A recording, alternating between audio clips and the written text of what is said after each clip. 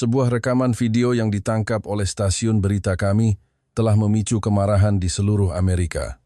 Apakah ini benar-benar mungkin? Apakah ini rekayasa? Pemandangan eksodus massal di Indonesia telah menggemparkan seluruh dunia. Bagi orang Amerika, pulang kampung saat liburan adalah neraka. Statistik di Amerika menunjukkan bahwa ketika 50 juta orang bepergian, 491 di antaranya kehilangan nyawa. Itulah kenyataan di Amerika. Namun, Indonesia berbeda. Apakah kita benar-benar negara maju? Apa sebenarnya yang membedakan orang Indonesia dengan kita? Orang-orang yang rela menahan 12 jam demi bertemu nenek mereka. Apa rahasia di balik kesabaran itu?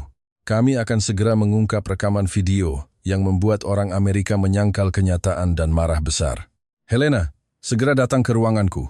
Suara Martin, sang pemimpin redaksi, terdengar lebih mendesak dari biasanya. Ada apa? Tanyaku. Ada video yang harus kau lihat. Seluruh dunia sedang heboh. Saya Helena Rose, seorang reporter dari Divisi Internasional.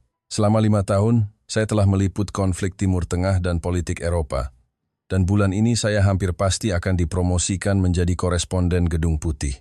Hanya dengan mengenakan mantel di atas piyama, saya bergegas ke kantor pusat. Jalanan Washington di waktu subuh begitu sunyi, tetapi lantai 14 kantor kami sudah terang benderang. Saat saya membuka pintu ruang redaksi, sebuah video yang luar biasa terpampang di layar besar. Barisan mobil yang tak berujung.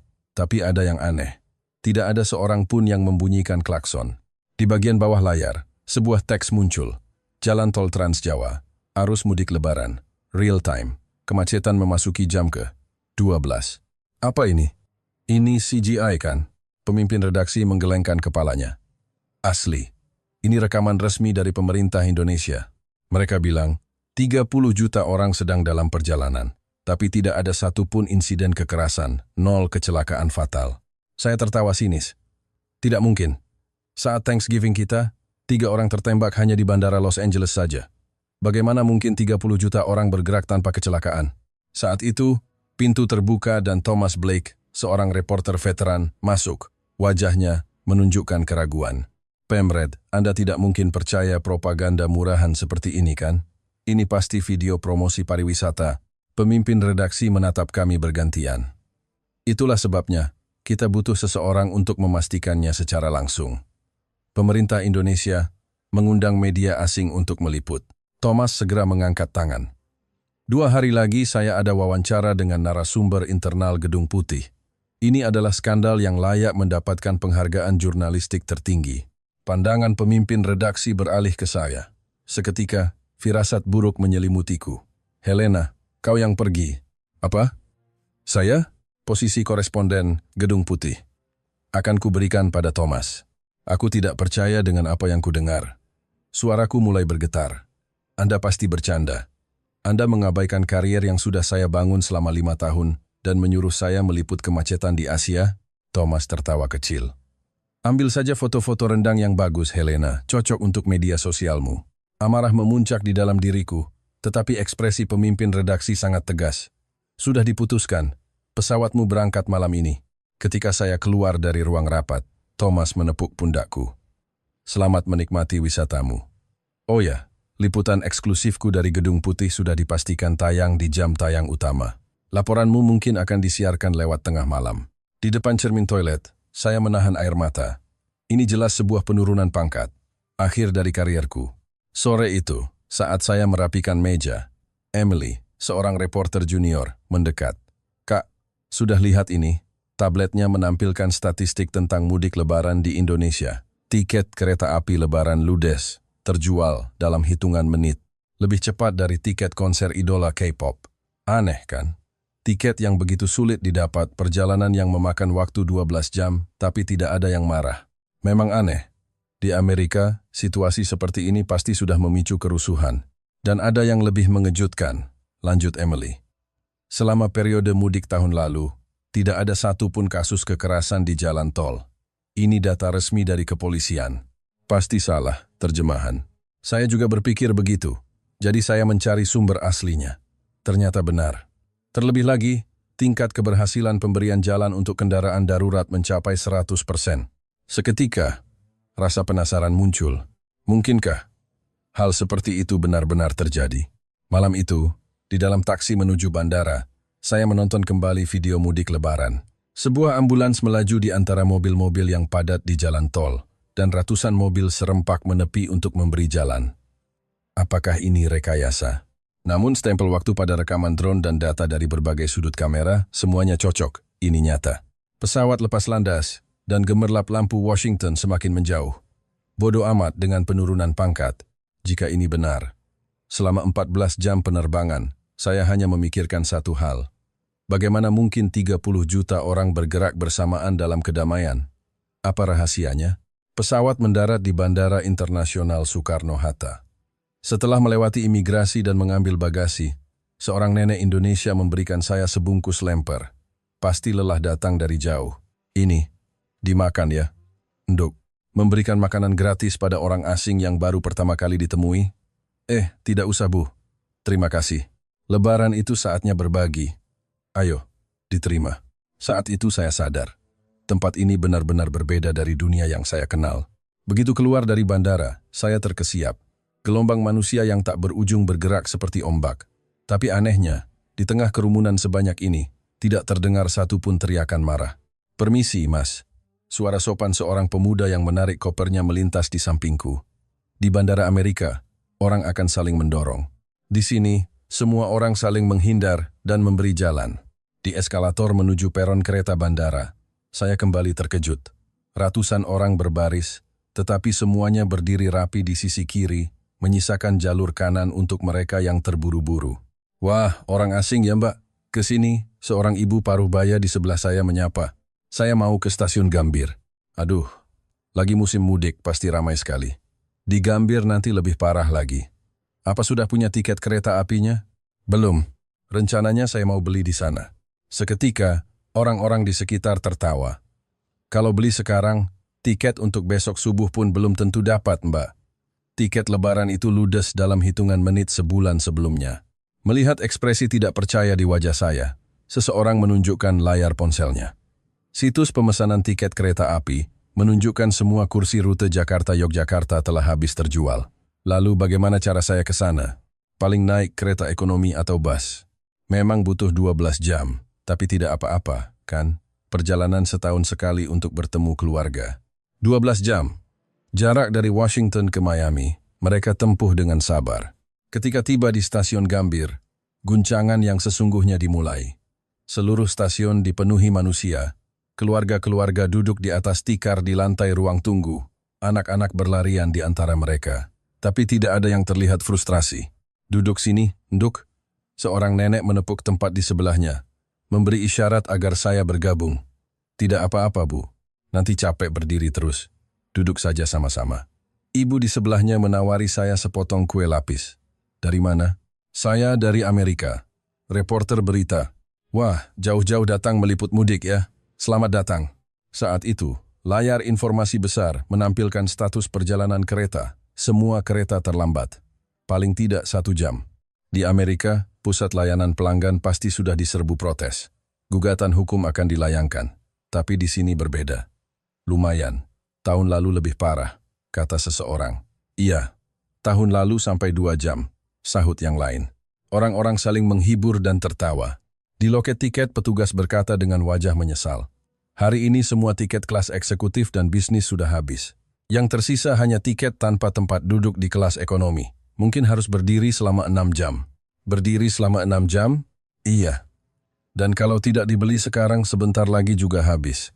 Seorang pemuda di belakang saya berkata, sebaiknya dibeli saja Mbak. Tahun lalu saya berdiri 8 jam.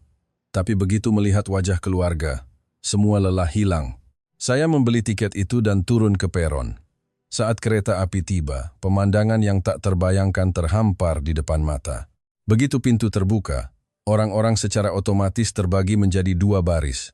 Satu untuk yang turun, satu untuk yang naik. Tanpa ada yang mengarahkan, keteraturan yang sempurna. Ibu duluan saja. Saya bisa naik kereta berikutnya, kata seorang pria muda kepada seorang ibu hamil. Seketika, reaksi berantai terjadi. Semua orang mundur, memberikan jalan bagi para lansia dan keluarga dengan anak-anak untuk naik terlebih dahulu. Hal yang tak terpikirkan di kereta bawah tanah New York.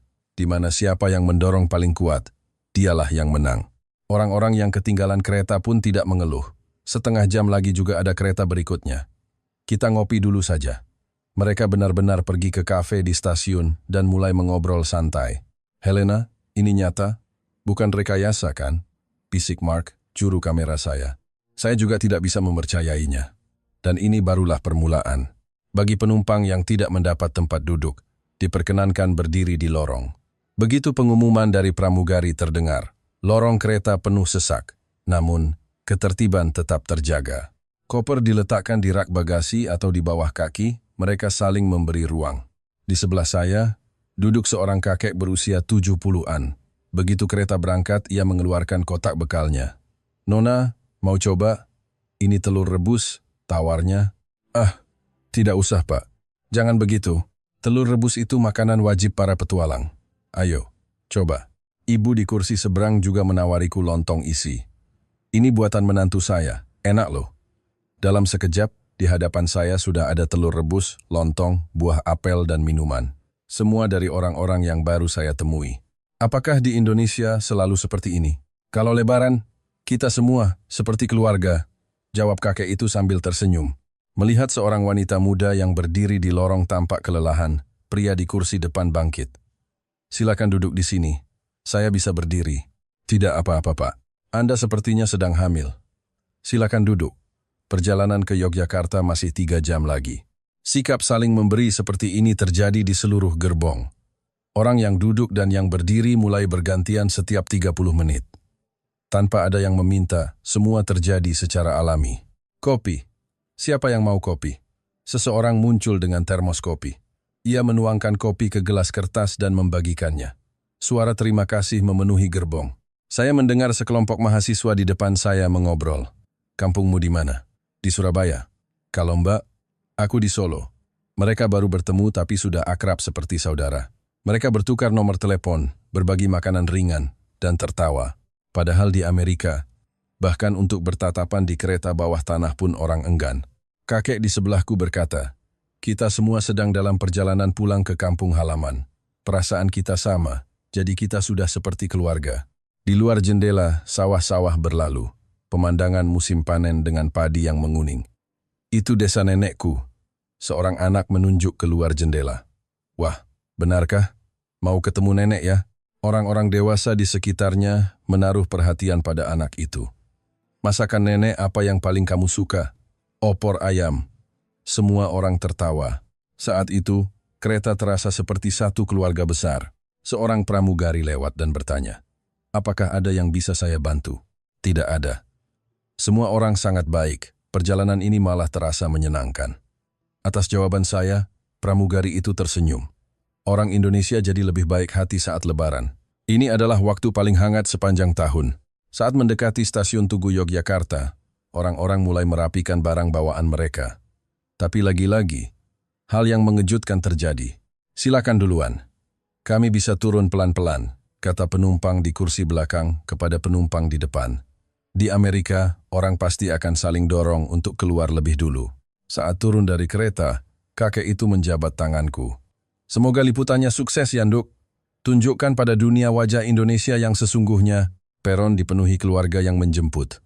Orang-orang berpelukan, meneteskan air mata. Pertemuan kembali setelah 1 tahun. Saat itulah saya sadar. Bagi mereka, Lebaran bukan sekadar hari libur, melainkan tali penyambung kehidupan. Di Yogyakarta, kami menyewa mobil dan memutuskan untuk kembali ke Jakarta melalui jalan darat. Saya sudah merasakan kereta, sekarang saya ingin merasakan langsung jalan tolnya. Kalau berangkat sekarang, perkiraan sampai bisa 12 jam. Mbak, kata staf rental mobil dengan cemas. Tidak apa-apa. Justru itu yang ingin saya alami. Begitu memasuki gerbang tol Trans Jawa, saya terkejut. Mobil-mobil berjejer rapat seperti di tempat parkir. Tapi, tidak sekalipun saya mendengar suara klakson. Mobil-mobil bergerak dengan kecepatan 20 km jam, lebih lambat dari kura-kura. Di Amerika, jalanan pasti sudah penuh dengan makian dan klakson. Mata saya bertemu dengan pengemudi di lajur sebelah. Ia membuka jendela dan tersenyum. Mau kemana, Mbak? Jakarta. Wah, jauh ya. Mau kopi? Ia menuangkan kopi dari termos ke dalam cangkir dan memberikannya kepada saya. memberikan kopi pada orang asing di tengah kemacetan jalan tol. Sekitar 1 jam kemudian, terdengar suara sirine dari depan. Ambulans. Seketika, keajaiban terjadi. Ratusan mobil serempak mulai menepi ke bahu jalan. Mereka benar-benar membuka lajur darurat. Semua mobil mempertahankan posisi itu sampai ambulans lewat. Wow, Mark, si juru kamera, juga takjub dan terus-menerus memotret. Setelah ambulans lewat, mobil-mobil kembali ke lajur semula dengan sangat alami, seolah-olah sudah berlatih sejak lama. Setelah 2 jam kemacetan, orang-orang mulai keluar dari mobil. Mereka ingin ke toilet, tapi lagi-lagi pemandangan luar biasa terhampar. Di mobil kami ada toilet portabel anak-anak, silakan dipakai. Sebuah keluarga di mobil minibus mengeluarkan toilet darurat dan membagikannya. Ada yang butuh air minum, ada yang mau kue kering. Bagasi mobil berubah menjadi warung kecil. Orang-orang asing saling berbagi makanan dan mulai mengobrol. Saya mendengar seorang nenek berkata kepada cucunya, "Meskipun macet begini, kita harus sabar, nak. Kan ini perjalanan pulang kampung bersama-sama." 3 jam berlalu, akhirnya papan penunjuk rest area terlihat. Tapi, jalan masuk ke rest area sudah macet parah. Masuknya saja butuh 30 menit, kata pengemudi di depan. "Apa sebaiknya ke rest area berikutnya?" "Sama saja, Mas. Lebaran di mana-mana begini." "Sabar saja." Ajaibnya, hampir tidak ada mobil yang menyerobot antrean. 4 jam berlalu, matahari mulai condong ke barat. Suhu di dalam mobil meningkat. Saya menyalakan AC, tapi khawatir bensin habis, lalu mematikannya lagi. "Panas ya, Mbak? Ini ada kipas angin portabel." Dari mobil sebelah, sebuah kipas angin disodorkan. 5 jam berlalu, radio menyiarkan informasi lalu lintas. Saat ini, jalan tol Trans Jawa macet total di semua ruas. Perkiraan waktu tempuh ke Jakarta sekitar 10 jam. Namun, sang penyiar berkata dengan suara ceria, "Semuanya, tetap semangat ya. Sebentar lagi bertemu keluarga. Hati-hati di jalan." Pesan dari pendengar juga dibacakan. "Sudah 6 jam menyetir, tapi semangat karena anak saya tidak sabar ingin bertemu neneknya. Biar 10 jam juga tidak apa-apa, asal bisa ketemu orang tua. Rasanya bahagia." 6 jam berlalu, akhirnya kami melewati Cirebon. Mungkin karena merasa sudah setengah jalan, semua orang tampak sedikit lebih santai. Saat itu, terjadi sebuah kecelakaan kecil di depan. Bukan kecelakaan besar, tapi kemacetan jadi semakin parah. Di Amerika, ini pasti jadi sumber keributan. Tapi di sini berbeda. "Bapak, tidak apa-apa. Ada yang luka." Pengemudi di sekitar turun dari mobil untuk membantu. Mereka membantu menelepon asuransi, mengambil foto, hingga meminggirkan mobil. Semua orang bekerja sama. 7 jam, hari sudah gelap gulita. Pemandangan lampu depan mobil yang tak berujung tampak spektakuler. Saat Thanksgiving di Amerika juga ada macet seperti ini. Tapi di sana bisa sampai ada penembakan, kata Mark sambil meletakkan kameranya. "Orang-orang di sini sebenarnya terbuat dari apa?" Saat itu, seorang bapak di lajur sebelah menjawab, "Kami ini pulang kampung setahun 2 kali, Nduk. Lebaran dan Tahun Baru. Mumpung orang tua masih ada, kita harus temui mereka. Nanti menyesal." 8 jam. Kami singgah di rest area. Antrean toilet 30 menit, tapi tidak ada yang menyerobot. 9 jam.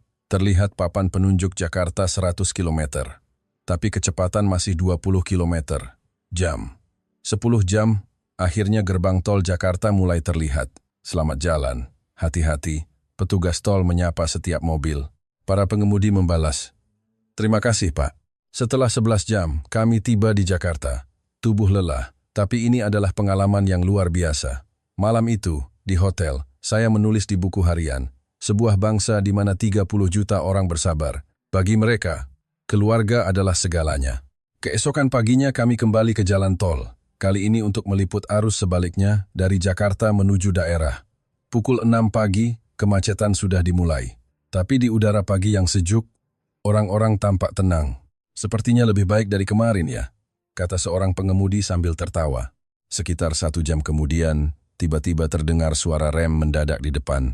Kecelakaan. Tapi hal aneh terjadi. Mobil-mobil di sekitar lokasi kecelakaan serempak menyalakan lampu hazard. Sinyal itu menyebar seperti domino ke belakang. Dalam sekejap, puluhan mobil di belakangnya ikut menyalakan lampu hazard. Itu untuk memberitahu mobil di belakang bahwa ada bahaya. Seseorang menjelaskan, "Tak lama, Hal yang lebih menakjubkan terjadi. Saat suara sirine terdengar, semua mobil serempak menepi. Lajur tengah terbuka sepenuhnya. 2 ambulans dan 1 mobil pemadam kebakaran melintas dengan cepat. Mereka tiba di lokasi hanya dalam 5 menit. Padahal, biasanya butuh 30 menit. Mark sampai terpukau. Yang lebih mengejutkan adalah apa yang terjadi setelahnya. Setelah penanganan kecelakaan selesai dan ambulans membawa korban, mobil-mobil di lajur berlawanan pun ikut melambat. Kenapa lajur seberang juga melambat? Siapa tahu ambulansnya harus lewat lajur seberang. Ini untuk berjaga-jaga. Orang-orang di negara ini berpikir hingga kemungkinan terburuk. Saat melewati lokasi kecelakaan, seorang kakek sedang menenangkan korban. Pengemudi lain turun dari mobil, memberikan air dan selimut. Apakah Bapak kenal orang itu? Tidak. Baru bertemu. Tapi kan dia sedang terluka. Jawabannya seolah itu hal yang wajar. Di Amerika, kebanyakan orang akan terus melaju karena takut terseret masalah hukum. Tapi di sini, menolong orang asing adalah hal yang alami. Selama petugas medis tiba, orang-orang membantu mengatur lalu lintas. Bukan polisi, tapi mereka bertindak sukarela. Lewat sini, Pak, pelan-pelan. Kerja sama tim yang sempurna.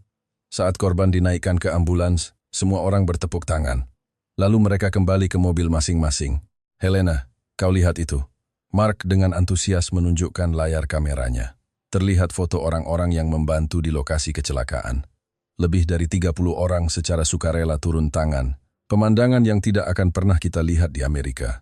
Sore itu, kami menyaksikan pemandangan luar biasa lainnya. Sebuah mobil mogok di tengah jalan tol.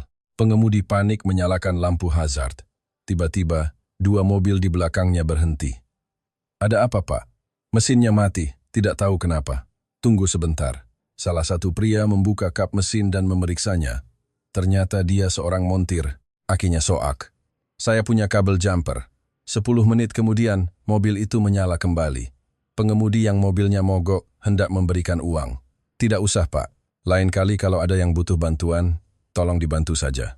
Montir itu pergi tanpa menerima uang. Apakah hal seperti ini sering terjadi? Tanyaku. Kalau musim mudik, sering sekali. Perasaan kami semua sama. Sore harinya, kami singgah di rest area, tempat yang dikunjungi 1 juta orang per hari. Antrean toilet 30 menit. Tapi tidak ada satupun sampah di lantai. Berapa banyak petugas kebersihan di sini? Saya bertanya pada staf.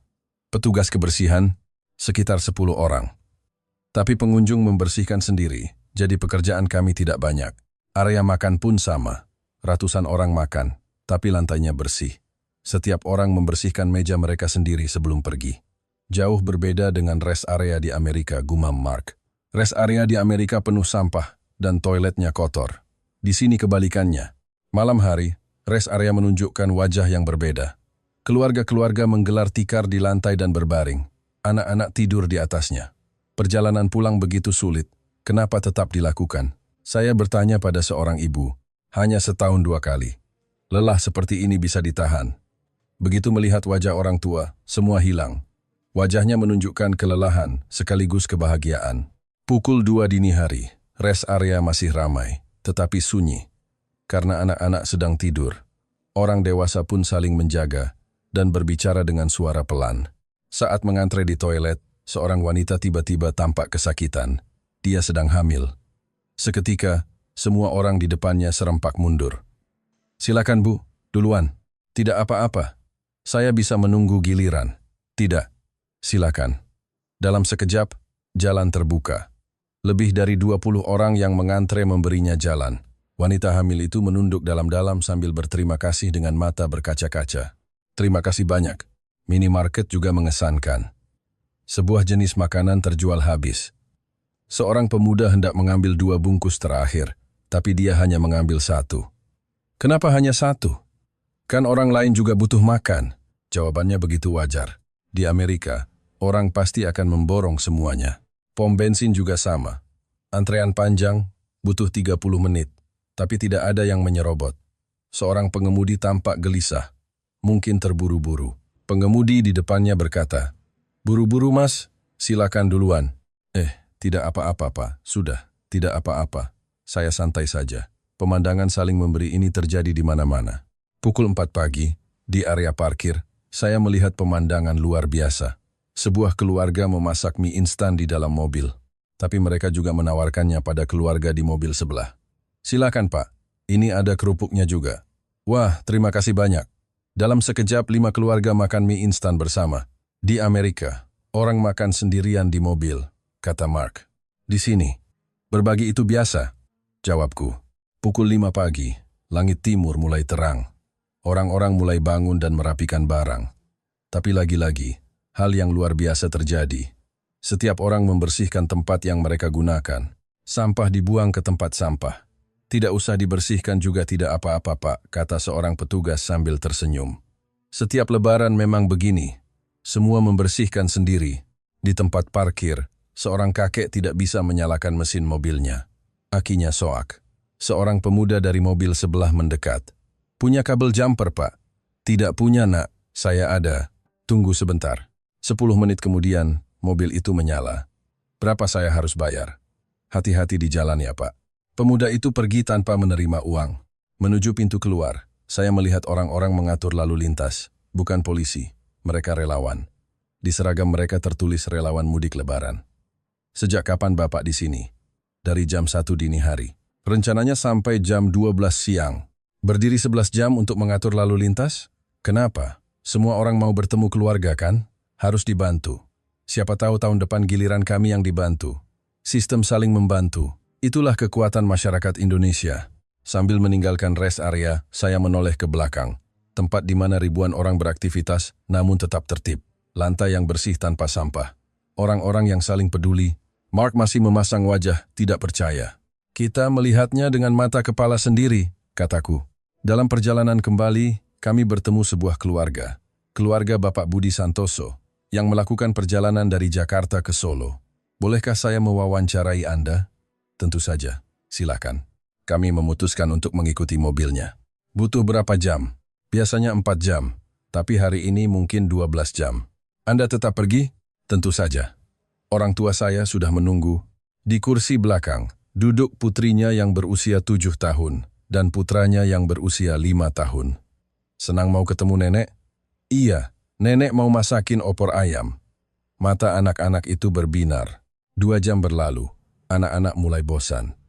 Ayah, kok belum sampai? Sabar ya nak. Nanti kalau sudah ketemu nenek, semua capek hilang. Istrinya mengeluarkan makanan ringan untuk menenangkan anak-anak. 4 jam, anak-anak tertidur. Tidak merepotkan? Tanyaku. Tentu saja repot. Tapi kalau teringat orang tua, semua bisa ditahan. Suaranya penuh keyakinan.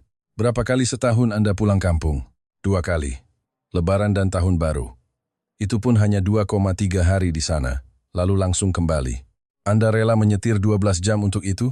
2 hari dalam setahun bukan apa-apa. Orang tua kami menunggu kami selama 363 hari. Kata-katanya menyentuh hatiku. 6 jam kami singgah di rest area. Saat Budi ke toilet, anak-anaknya bangun. Ayah, lapar. Oh ya? Mau makan apa? Restoran di rest area penuh sesak. Saat sedang mencari tempat duduk, sebuah keluarga memberi kami tempat mereka. Di sini saja Pak, kami sudah selesai. 8 jam, kami mendekati Solo. Sebentar lagi sampai, kata Budi. Anak-anak kembali terjaga. Rumah nenek? Iya, sebentar lagi. 10 jam, kami melewati gerbang tol Solo. Saat memasuki jalanan pedesaan, pemandangan yang familiar terhampar. Kampung halaman Budi. Itu SD saya dulu, katanya menunjuk sebuah sekolah kecil. Rumah nenek, di situ, sebuah rumah dengan atap genteng terlihat di kejauhan. Saat mobil memasuki halaman, seorang kakek dan nenek berlari keluar. Akhirnya datang juga. Pasti capek sekali ya, Le? Tidak apa-apa, Pak. Sang nenek memeluk cucu-cucunya dengan erat. Pertemuan kembali setelah 1 tahun. Wah, sudah besar ya, Cung. Nduk, nenek, kangen. Anak-anak melompat ke pelukan neneknya. Saat itu, saya sadar. Perjuangan 12 jam itu adalah untuk momen ini. Di dalam rumah, hidangan lezat berjejer. Ini nenek masak semua buat kalian. Ayo, dimakan.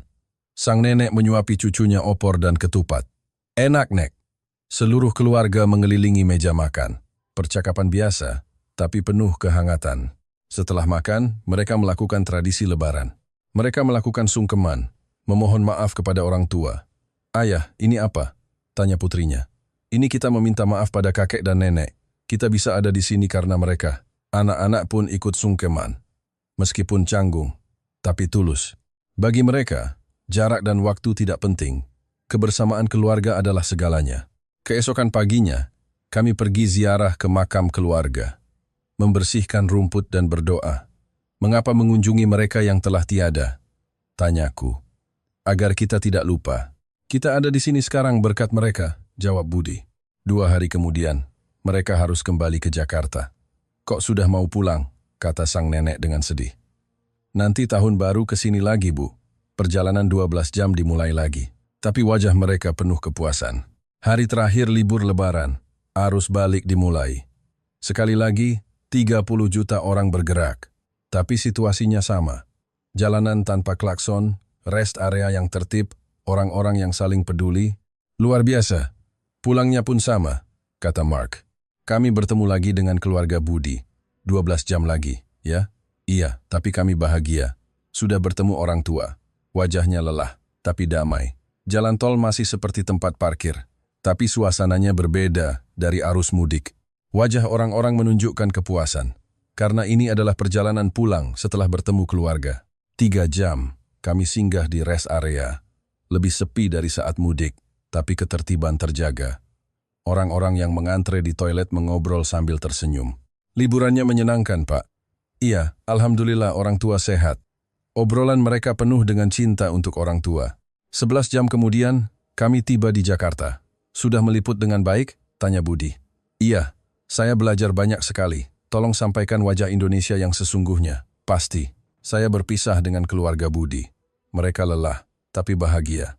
Di dalam taksi kembali ke hotel, saya berpikir, bagi mereka, Lebaran bukan sekadar hari libur. Itu adalah janji bernama keluarga. Dan untuk menepati janji itu, mereka rela menahan 12 jam. Itulah orang Indonesia. Di hotel, saya mulai menyusun materi, rekaman dan wawancara selama seminggu, serta statistik resmi dari pemerintah Indonesia. Angka-angkanya sulit dipercaya. Populasi yang bergerak selama 3 hari libur Lebaran, 30 juta orang. Rata-rata waktu kemacetan di jalan tol, 12 jam. Jumlah korban jiwa akibat kecelakaan lalu lintas, 23 orang. 23 orang? Dari 30 juta orang yang bergerak, saya membandingkannya dengan Thanksgiving di Amerika. Populasi bergerak, 50 juta orang. Korban jiwa akibat kecelakaan, 491 orang. Perbedaannya lebih dari 20 kali lipat. Ada statistik yang lebih mengejutkan. Insiden kekerasan di jalan tol, 0 kasus. Perusakan fasilitas di rest area, 0 kasus. Tingkat keberhasilan pemberian jalan untuk kendaraan darurat, 100%. Bagaimana ini bisa terjadi? Saya mewawancarai seorang ahli transportasi Indonesia. Apakah kesabaran orang Indonesia itu istimewa? Bukan istimewa, tapi karena kebutuhan. Karena hidup di negara yang padat, saling mengalah menjadi cara untuk bertahan hidup. Saya juga bertemu dengan seorang sosiolog. Konsep gotong royong adalah kuncinya. Budaya di mana orang asing pun diperlakukan seperti keluarga. Apa hubungannya dengan ketertiban lalu lintas? Jika semua orang berpikir bahwa mereka berada dalam perjalanan yang sama untuk pulang kampung, tidak akan ada alasan untuk marah. Empati melahirkan ketertiban. Saya menggali statistik lebih dalam. Pengguna toilet di rest area, 1 juta orang per hari. Tapi tidak ada satupun keluhan tentang kebersihan. Tingkat okupansi kereta api, 130%. Melebihi kapasitas. Tapi tidak ada keluhan. Waktu tempuh rata-rata ambulans juga saya selidiki. Jarak yang biasanya ditempuh dalam 30 menit, selama musim mudik bisa ditempuh dalam 5 menit. Itu mungkin karena semua pengemudi memberi jalan, kata seorang petugas medis. Statistik yang paling mengesankan adalah yang lain. Peningkatan tingkat perceraian setelah libur Lebaran, 0%. Di Amerika, tingkat perceraian melonjak setelah Thanksgiving. Penyebabnya adalah keluarga. Tapi di Indonesia berbeda. Justru hubungan keluarga menjadi lebih baik. Mungkin karena pertemuan itu diperjuangkan dengan susah payah. Jadi lebih dihargai, kata seorang ibu rumah tangga. Saat menyusun data, saya sadar. Ini bukan hanya masalah lalu lintas. Ini masalah sistem sosial.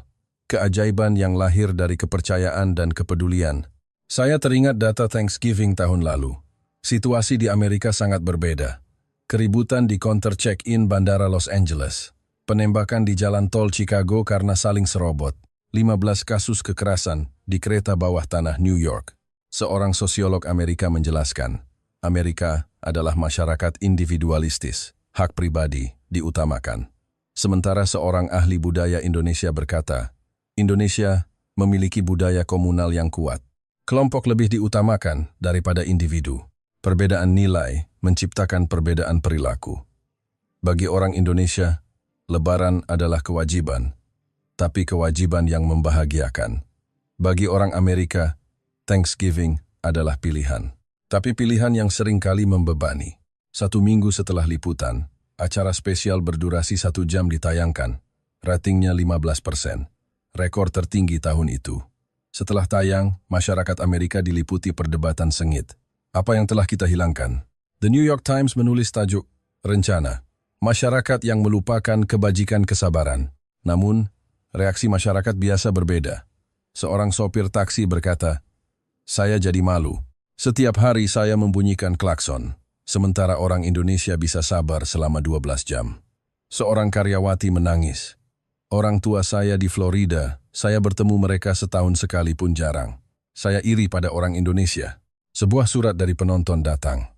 Setelah melihat laporan Anda, saya pergi menemui orang tua saya setelah 10 tahun. Terima kasih. Ratusan surat seperti ini datang. 1 tahun kemudian, saya kembali ke Indonesia sebagai koresponden. Tetap, dokumenter itu mengubah hidup saya. Lebaran datang lagi. Saya mengunjungi kembali keluarga Budi Santoso. Tahun ini pergi lagi, Pak. Tentu saja, orang tua saya sudah menunggu. Tahun ini pun diperkirakan macet 12 jam. Setiap tahun sama saja. Tapi harus tetap pergi. Kali ini saya ikut dari awal hingga akhir. Dan semuanya sama seperti tahun lalu. Jalanan tanpa klakson, orang-orang yang saling memberi jalan, kerjasama untuk ambulans. Di Solo, sang nenek masih mengingat saya. Loh, ini reporter Amerika yang tahun lalu datang. Iya, Nek, saya datang lagi. Syukurlah, ayo ikut ziarah sama-sama. Saya, seorang asing, diterima seperti keluarga. Saya sedikit mengerti. Ini bukan sekadar ritual. Ini adalah cara merajut ingatan. Dalam perjalanan pulang, kembali 12 jam. Tapi kali ini rasanya berbeda. Saya merasakan hal yang sama dengan mereka. Perjalanan pulang setelah bertemu keluarga. Perasaan sedih karena berpisah, tetapi bahagia. Harapan untuk bertemu lagi tahun depan. Sekarang saya mengerti mengapa mereka rela menempuh semua ini. Oh, begitu? Syukurlah, kata Budi sambil tersenyum. Setelah tiba di Jakarta, saya menulis sebuah artikel. Mudik Lebaran di Indonesia, 1 tahun kemudian. Kali ini saya menggali lebih dalam. Bukan sekadar kemacetan, tapi prinsip kerja sebuah masyarakat. Kepercayaan, kepedulian, kesabaran, dan keluarga. Keajaiban yang lahir dari 4 hal ini. Siaran itu kembali menjadi topik hangat. Suara-suara untuk belajar dari Indonesia semakin kencang. Saya sekarang tinggal di Indonesia. Saya sedang belajar bahasa Indonesia. Selamat pagi, saya Helena. Masih belum fasih, tapi saya berusaha. Setiap Lebaran, saya mengunjungi jalan tol, dan setiap kali, saya merasakan kekaguman yang sama. Keajaiban yang diciptakan oleh 30 juta orang. Itu masih terus berlanjut. Dokumenter saya mengubah banyak hal. Pandangan orang Amerika, dan hidup saya. Tapi hal yang paling penting, tidak berubah. Hati orang Indonesia, hati yang merindukan keluarga. Keajaiban yang lahir dari hati itu akan terus berlanjut selamanya.